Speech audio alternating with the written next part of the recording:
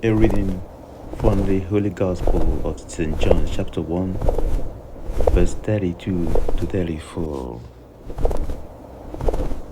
And John bore witness, saying, I saw the Spirit descending from heaven like a dove, and he remained upon him. I did not know him, but he who sent me to baptize with water said to me, Upon whom you see the Spirit descending and remaining on him, this is he who baptizes with the Holy Spirit. And I have seen and testify that this is the Son of God. My dear friend, may the Spirit of the Lord guide and protect you. Amén.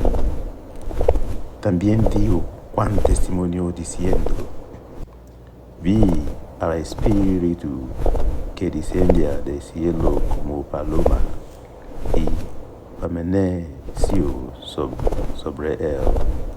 Y yo no le conocía, pero el que me envió a bautizar con agua, aquel me dijo, sobre quien veas descender el Espíritu y que permanece sobre él, ese es el que bautiza con el Espíritu Santo.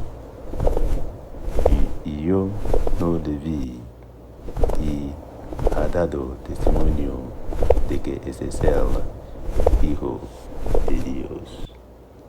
Mi querido amigo, que el Espíritu del Señor te guíe y te proteja. Amén. John, para que bese ahụrụ m mmụọ nsọ ka o si n'eluigwe fedata n'ụdị nduru nọgide n'ahụ ya. Mụ onwe m amabụghị ya, ma onye ahụ zitere m iji mmiri na-eme mmiri Chukwu gwara m sị, onye ọbụla ị hụrụ mmụọ nsọ ka o fekwasịrị nọgidekwa n'ahụ ya bụ onye ahụ nke ga-eji mmụọ nsọ na-eme mmiri Chukwu. Ugbu a ahụla m ya ma gbaa akaebe na ọ bụ nwa nke Chineke. Ezigbo enyi m, ka mmụọ nke Chukwu na-edu gị ma na-echekwaba gị.